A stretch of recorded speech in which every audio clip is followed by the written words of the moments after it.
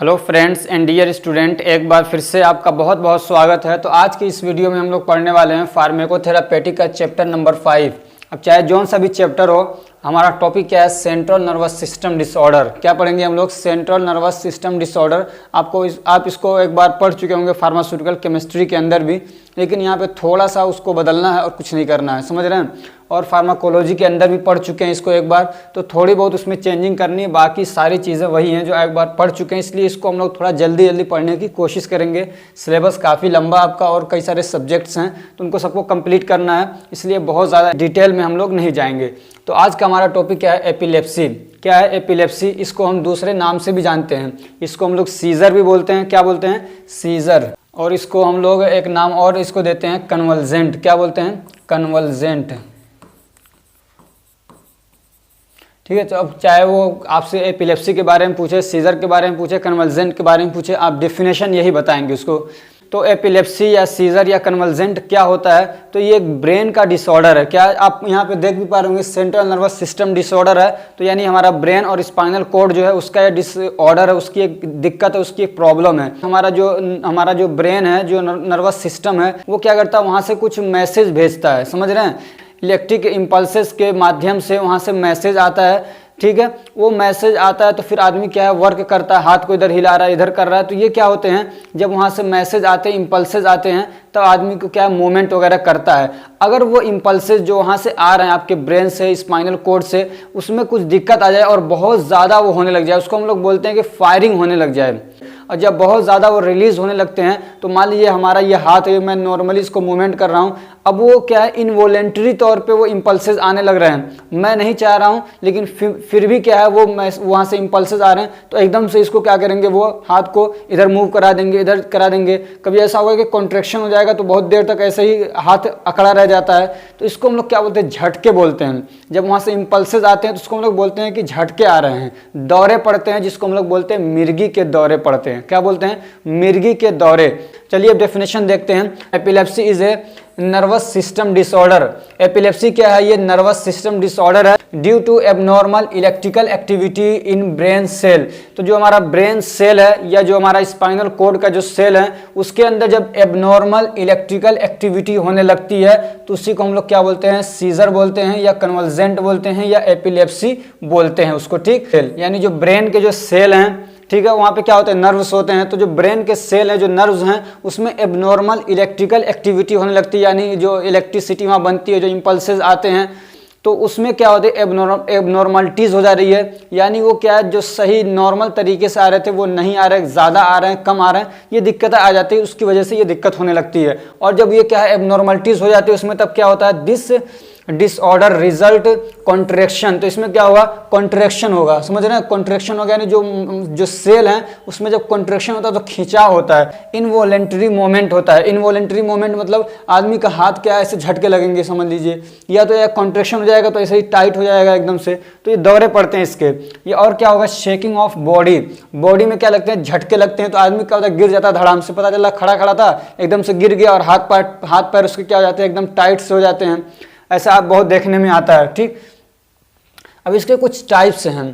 तो ये मेनली क्या है? 3 टाइप का होता है। एक होता है जनरलाइज्ड सीजर, और दूसरा होता है पार्शियल। क्या होता है? Partial seizure. और तीसरा होता है स्टेटस सीजर। अब ये जो जनरलाइज्ड है, ये 2 तरीके का खुद होता है। तो जनरलाइज्ड सीजर क्या होता है? तो in this type of epilepsy, ये भी क्या एक तरीके का एपिलेप्सी है। तो in this type of seizure या epilepsy the whole brain is involved to produce abnormal electrical activity. तो इसमें क्या होता है? तो कह रहे हैं कि जो हमारा ब्रेन है, जो क्या है, ब्रेन है, जो पूरा ब्रेन है वो इन्वॉल्व होता है। यानी अब थोड़ा इसको समझिए कि मान लीजिए हमारा ब्रेन है, अब ये पूरा ब्रेन है, इसको कई लोब में बांटा गया है। तो ये होगा कि ये जो पूरा ब्रेन है, इन सब में से क्या है, इलेक्ट्रिकल इम्पल्सेस जो रिलीज हो रहे हैं, जो एबनॉर्मल हैं, तो इसके ये ज़्यादा तगड़ा रहेगा। और मान लीजिए सिर्फ ये 2 लोब हैं, इसमें से रिलीज हो रहा है, तो वो थोड़ा कम रहेगा। किसी एक लोब से रिलीज हो रहा है, तो उसका जो इफेक्ट होगा, उसके जो झटके होंगे वो कम होंगे, कम इफेक्ट डालेंगे। समझ में आ रही बात? तो इस वाले में जो मतलब इलेक्ट्रिकल इम्पल्सेस रिलीज होते हैं, वो पूरे ब्रेन से आते हैं, मतलब पूरे ब्रेन में दिक्कत आ जाती है, पूरे ब्रेन के सेल में दिक्कत आती है, और एबनॉर्मल इलेक्ट्रिविटी वहाँ से रिलीज होने लगती है। तो ये क्या होता है फिर, ये ज़्यादा मतलब डेंजरस होता है। और ये जो जनरलाइज्ड सीजर है ये दो तरीके का होता है, दो तरीके से इसलिए कि एक ये बड़ों में होता है और एक छोटों में होता है, ठीक है। इस तरीके से इसको बांटा गया है। तो एक होता है ग्रैंड मल और एक होता है पेटिट मल। क्या होता है? पेटिट मल। एक होता है ग्रैंड मल, याद रखिएगा, ग्रैंड मल, और दूसरा होता है पेटिट मल, ठीक। ये वाला जो होता है ये एडल्ट में होता है, बड़े लोगों में होता है, और ये वाला जो होता है ये छोटे बच्चों में होता है, ठीक। अब इस वाले में क्या होता है, तो इसमें लॉस ऑफ कॉन्शियस होता है, याद रखिएगा। ये जनरलाइज्ड सीजर जो है, अगर सिर्फ जनरलाइज्ड पूछता है तो उसके बारे में आप ये लिख सकते हैं कि इसमें क्या होता है, कॉन्शियसनेस आदमी का खत्म हो जाता है, यानी होश नहीं रहता, आदमी बेहोश हो जाता है, सुन्न हो जाता है, उसके हाथ पर उसको पता नहीं है चोट लग रही है नहीं लग रही है, तो अनकॉन्शियसनेस हो जाता है। वही कहा कि लॉस ऑफ कॉन्शियसनेस हो जाता है। इनवॉलेंटरी डेफिकेशन होता है, यानी आदमी पेशाब पखाना कर देगा, उसको पता ही नहीं चलेगा। समझ में आ रही? इनवॉलेंटरी। और क्या, ये मिक्ट्यूरेशन है। ये क्या है? मिक्ट्यूरेशन। इसको ठीक कर लीजिएगा। और मिक्ट्यूरेशन होता है यानी पेशाब भी कर देगा आदमी, इनवॉलंटरी पता नहीं रहेगा, पेशाब कर देगा, ठीक। और क्या होगा? टंग बाइटिंग होता है। क्या होता है? टंग बाइटिंग, यानी अपनी जबान जो है आदमी अपनी जीभ को ही खुद काटने लग जाता है। और ये it continuous from 2 to 5 minute, और ये 2 से 5 मिनट तक इसके झटके आते हैं। समझ में आ रहा है? 2 से 5 मिनट तक ये कंटिन्यू रहता है। तो वो कौन सा होता है? ग्रैंड मल, और ये बड़ों में होता है। और जो पेटिट मल है ये क्या होता है? ये बच्चों में होता है। This occurs in children only, ये बच्चों में होता है। And involve symptoms like loss of consciousness, और इसमें भी क्या होता है? कॉन्शियसनेस जो होश है वो खो देता है आदमी, तो उसका लॉस हो जाता है, ठीक है, कॉन्शियस का लॉस होता है। और बच्चा जो है वो स्पीच लेस हो जाता है, स्पीच का भी लॉस हो जाता है, यानी बोल नहीं पाएगा, ऐसे देख रहा है, बोलना चाह रहा है, बोल नहीं पाता है। और ये 1 मिनट से 30 सेकेंड तक रहता है, ठीक है। कितना? 30 सेकेंड से 1 मिनट तक ये रहता है इसका इफेक्ट। और जो दूसरा टाइप है वो क्या है? पार्शियल। वो क्या है? Partial epilepsy. अब दूसरा जो टाइप है वो क्या है? Partial epilepsy. In this type of epilepsy only some parts of brain involved to produce abnormal electrical activity. तो मैंने बताया ना कि जैसे मान लीजिए पूरा ब्रेन है, तो इसमें पूरा ब्रेन से क्या है? एबनॉर्मल इलेक्ट्रिकल एक्टिविटी मतलब प्रोड्यूस नहीं होते, बल्कि कुछ पार्ट से, मान लीजिए एक लोब से हो रहा है, ठीक। तो ये होता है किसमें? Partial epilepsy. पार्शियल से आप याद रख सकते हैं कि किसी एक पार्ट से हो रहा है, ठीक। और ये भी 2 तरीके का है, एक है सिंपल और दूसरा होता है कॉम्प्लेक्स या साइकोमोटर भी बोलते हैं। क्या बोलते हैं? सिंपल, एक हो गया सिंपल, दूसरा होता है कॉम्प्लेक्स या साइकोमोटर। तो सिंपल में क्या होता है? तो in this type some muscles are affected, और जब ये सिंपल वाले में क्या होगा कि पूरे बॉडी पे इसका इफेक्ट नहीं पड़ता है, बल्कि कुछ हमारे बॉडी के जो मसल्स हैं, कुछ पार्ट्स हैं, उस पर इसका इफेक्ट पड़ता है। जैसे हमारे हाथ का अंगूठा हो गया, पैर का अंगूठा हो गया, तो वो अफेक्टेड होते हैं और उसमें क्या होता है? मूवमेंट होता है, ठीक। और ये 1 से 2 मिनट तक रहता है, ये इतना डेंजरस नहीं होता है। और दूसरा होता है कॉम्प्लेक्स, तो इसमें भी पूरे ब्रेन से मतलब इलेक्ट्रिकल एक्टिविटीज़ नहीं होती हैं, बल्कि क्या है? कुछ पार्ट से अफेक्टेड होते हैं, ठीक है। कॉम्प्लेक्स चूंकि इसी का पार्ट है तो इसमें भी यही होता है। तो इसमें क्या होता है? In this type the affected person does some unusual acts, तो जिसको ये दिक्कत होती है वो कुछ अनयूजुअल काम करता है। जैसे कि मान लीजिए मुँह में कुछ नहीं और मुँह चबा रहा है, मुंह चलाता ना आदमी, तो कुछ है नहीं लेकिन फिर भी ऐसे मुंह चला रहा है, ऐसा लग रहा है कुछ खा रहा हो, हालांकि कुछ मुंह में नहीं है। ऐसे निगलने का जो एक मतलब होता है ना, निगलता आदमी, तो निगलने की एक्टिंग करेगा, हालांकि कुछ खा नहीं रहा, कुछ निगल नहीं रहा। एंड इसमें नो लॉस ऑफ कॉन्शियस, और इसमें आदमी का जो मतलब होश है वो खोता नहीं है, आदमी होश में रहता है। और इस वाले में भी होश नहीं खोता आदमी का, ठीक। And it continues for 1 to 2 minutes, और ये 1 से 2 मिनट तक रहता है, ठीक है। ये दोनों क्या है? 1 से 2 मिनट तक रहते हैं। और तीसरा क्या है? तीसरा वाला है स्टेटस। तो इसमें क्या होता है स्टेटस में? तो this type of epilepsy continues for about 30 minutes. तो यही जो कंडीशंस है ना, वही अगर लंबे समय तक बने रहते हैं, क्या है? लंबे समय तक बने रहे, वो कम नहीं हो रहा है, तो उसको हम लोग क्या बोलते हैं? स्टेटस बोलते हैं। यानी लंबे समय तक वो क्या है? मतलब बना रहता है, वो खत्म नहीं हो रहा है। और इसके बीच में जब रिकवरी नहीं होती है, यानी लगातार झटके आ रहे हैं, बीच में रिकवरी का मौका नहीं मिलता है, ठीक है।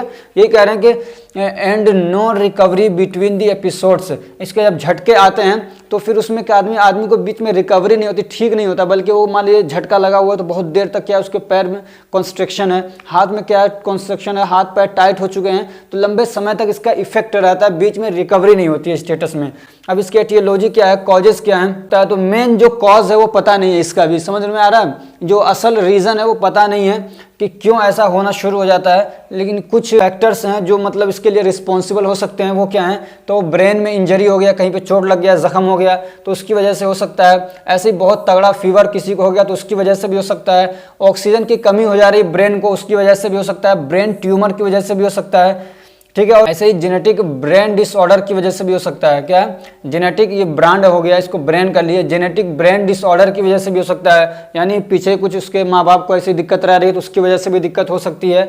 और क्या स्ट्रोक की वजह से भी हो सकता है। स्ट्रोक बोलते हैं कि जब ब्रेन को ब्लड सप्लाई कम होने लग जाती है, यानी जितना उसको चाहिए, मान लीजिए 100 ml चाहिए पर मिनट, लेकिन 100 ml नहीं 50 ml ही पहुंच रहा है सपोज है, तो ब्रेन को जब ब्लड की सप्लाई कम होती है तो भी ये दिक्कत हो सकती है, जिसको हम लोग स्ट्रोक बोलते हैं। तो स्ट्रोक की वजह से भी ये दिक्कत हो सकती है।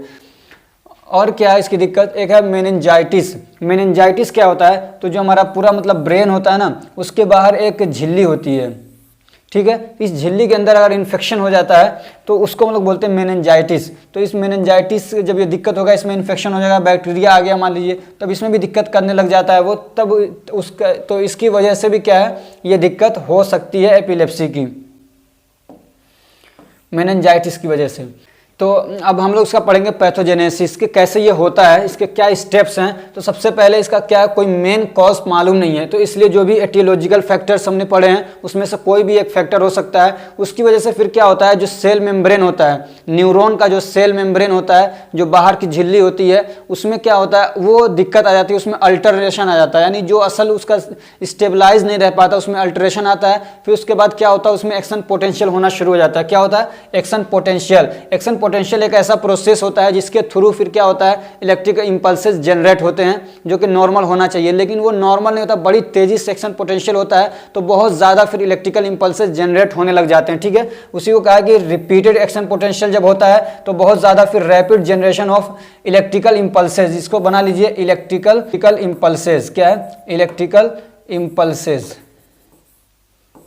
इलेक्ट्रिकल इंपल्सेस क्या है, बहुत ज़्यादा जब रिलीज होने लगते हैं तो फिर क्या है, वो जब वहाँ से बहुत ज़्यादा इलेक्ट्रिकल इंपल्सेस रिलीज होते हैं तो फिर वो दूसरे न्यूरॉन तक पहुँचते हैं, उनको भी डिस्टर्ब करते हैं, और फिर वहाँ से वो आगे बढ़ते हैं, और आगे बढ़ते फिर मसल्स जो होते हैं हमारे स्केलेटल मसल्स वहाँ पे आते हैं और अपना एक्शन शो करते हैं। तो फिर क्या होता है, इलेक्ट्रिकल इंपल्सेस एबनॉर्मल है, बहुत ज़्यादा है, तो फिर यहाँ पर क्या होता है, झटका वगैरह लगना लग जाता है पूरी आदमी की बॉडी के अंदर, ठीक है। तो स्केलेटल मसल्स में जब आते हैं तो वहाँ पे अपना एक्शन शो करते हैं, फिर उसके बाद आदमी को दिक्कत होती है, तो उसको हम लोग क्या बोलेंगे, उसको बोलेंगे एपिलेप्सी या सीजर हो जाता है, ठीक है। उसमें आदमी को झटके लगने शुरू हो जाते हैं। क्लिनिकल मैनिफेस्टेशन क्या क्या आपको इसमें मतलब सिम्टम्स दिखते हैं, तो रिकरंट ऑफ सीजर, यानी जो सीजर है, जो ये झटके हैं वो क्या होते हैं, रिकरंट, यानी मतलब दौरे पड़ते हैं, उसके बार बार उसका दौरा पड़ता है, यानी बार बार वो होता है, झटके लगते हैं, ठीक। दूसरा क्या, sudden stiffness due to the unknown reason, अचानक से क्या होगा, स्टिफनेस हो जाएगा, यानी आदमी का बदन एकदम टाइट हो जाएगा, ठीक है, अकड़ जाएगा। ऐसे ही sudden falling due to the unknown reason, आदमी एकदम से खड़ा खड़ा है और गिर जाएगा।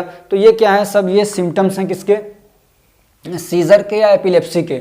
और क्या हो सकता है, sudden bouts of chewing due to the unspecific reason, और अचानक से क्या होगा, आदमी अपना मुंह चलाने लग जाएगा। बोट्स का मतलब भी क्या होता है, दौरा, दौरा पड़ते हैं ना, दौरे, उसी को बोलते हैं, ये उसके दौरे पड़ रहे हैं, तो बॉट्स का मतलब दौरे, ठीक है। तो sudden bouts of chewing due to the unspecific, कोई खास रीजन है, कुछ भी नहीं है मुंह के अंदर, फिर भी मुंह चला रहा है, तो ये दिक्कत आ सकती है। ऐसे रिपीटेटिव इनवॉलंटरी मूवमेंट, यानी हाथ उसका अपने आप क्या है, इनवॉलंटरी तौर पे, एक तो होता है वॉलंटरी, आप चाह रहे हैं तब हो रहा है, लेकिन इनवॉलंटरी तौर पे क्या है, मूवमेंट होने लग जा रहा है हाथ में, पैर में, तो आदमी गिर जाता है, हाथ पैर चलाने लग जाता है। और क्या होगा, changes in sense of smell, touch and sound, आदमी को क्या जो सेंसेस है ना, वो उसमें दिक्कत आ जाती है, आदमी सही से सुन नहीं पाएगा, टच कर रहा है तो कुछ पता नहीं चलेगा, उसको टच कर रहे हैं तो उसको एहसास नहीं होगा। ऐसे ही उसको क्या कुछ उसको सूंघेगा तो सूंघाया जाएगा तो उसको कुछ पता नहीं चलता है, तो उसके जो मतलब सेंस हैं वो डिस्टर्ब हो जाता है। नॉन फार्माकोलॉजिकल एक्शन क्या इसका, तो इसमें एक ही चीज़ है सिर्फ, वो क्या है, केटोजेनिक डाइट। क्या है, केटोजेनिक डाइट अगर यूज़ कराते हैं तो उससे मतलब बच्चों को ज़्यादा उसमें फ़ायदा देखा गया है। कि बच्चों को अगर केटोजेनिक जो डाइट है, जो खाना है, अगर बच्चों को खिलाया जाता है तो बच्चों की इस बीमारी में इससे क्या है, राहत मिलती है। तो केटोजेनिक फूड क्या है, ketogenic diet is useful in children are suffering from seizure. अब केटोजेनिक डाइट्स क्या है, तो ये ऐसा खाना होता है जिसमें फैट का लेवल ज़्यादा होता है। कोई ऐसी भी चीज़, कोई भी चीज़ ऐसी चीज़ जिसके अंदर फैट का लेवल ज़्यादा है और कार्बोहाइड्रेट का लेवल कम है, तो उसको बोलते हैं केटोजेनिक फूड, ठीक है। और प्रोटीन उसमें क्या है, मुनासिब रेट में एडिकेट हो, ठीक। तो वही क्या है कि ketogenic diet is a high fat adequate protein and low carbohydrate diet, ठीक है। तो उसको क्या बोलते हैं, केटोजेनिक फूड बोलते हैं या केटोजेनिक डाइट बोलते हैं। इसका एग्जांपल क्या है, जैसे कि फिश हो गया, मीट हो गया, एग हो गया, सी फूड हो गया, समंदर से मिलने वाले दाने आते हैं छोटे छोटे, तो ये सारी चीज़ें क्या है, केटोजेनिक डाइट में आती हैं। तो ये आदमी को, अगर जिसको किसी बच्चे को दिक्कत हो रही है इसकी, तो उसको अगर ये खिलाते हैं तो उसको उसमें थोड़ा सा आराम मिलता है। फार्माकोलॉजिकल मैनेजमेंट क्या है, तो कौन सी दवाएं यूज होती हैं, आप इसको कई बार पढ़ चुके हैं। तो ये क्या है, हाइडेंटोइन डेरिवेटिव्स, क्या है, हाइडेंटोइन डेरिवेटिव्स। उसका एग्जांपल क्या है, फेनिटोइन, काफ़ी फेमस दवा है, इसको याद कर लीजिएगा, ठीक है। ये बहुत ज़्यादा चलने वाली दवा है फेनिटोइन, और कई जगहों पे और भी यूज़ होती है। दूसरा क्या, बारबिचुरेट भी आप पढ़ चुके हैं, जो सेंट्रल नर्वस सिस्टम पे काम करने वाली दवा है। उसका एग्जांपल क्या है, फेनोबारबिचुरेट। ऐसे ही गाबा ट्रांस अमाइनेज इनहिबिटर, क्या, गाबा ट्रांस अमाइनेज इनहिबिटर, उसका एग्जांपल क्या है, सोडियम वेलप्रोएट। ऐसे ही गाबा एगोनिस्ट, उसका एग्जांपल क्या है, गाबा पेंटिन, ये भी काफ़ी फेमस दवा है। ऐसे बेंजोडाइजेपिन्स, बेंजोडाइजेपिन्स तो आप जानते हैं सिडेटिव, हिप्नोटिक और कई जगहों पे यूज़ होती है। उसका एग्जांपल कैसे, डायजेपाम, क्लोनाजेपाम, अल्प्राजोलाम। ऐसे ही क्या है, इम्यूनोस्टिलबेंस, क्या है, इम्यूनोस्टिलबेंस, उसका एग्जांपल क्या है, कार्बामाजेपिन। जो जनरलाइज्ड एपिलेप्सी है उसमें ये दवा क्या है, ज़्यादा कारआमद होती है, कौन सी, कार्बामाजेपिन, ठीक। तो ये आपका जो टॉपिक था एपिलेप्सी, ये इसी पे कंप्लीट होता है। अगर ये हमारी कोशिश आपको अच्छी लग रही है तो वीडियो को लाइक करिए, चैनल को सब्सक्राइब करिए, अपने फ्रेंड्स को भी शेयर करिए ताकि वो भी इससे फ़ायदा उठा सकें। Thank you so much for watching.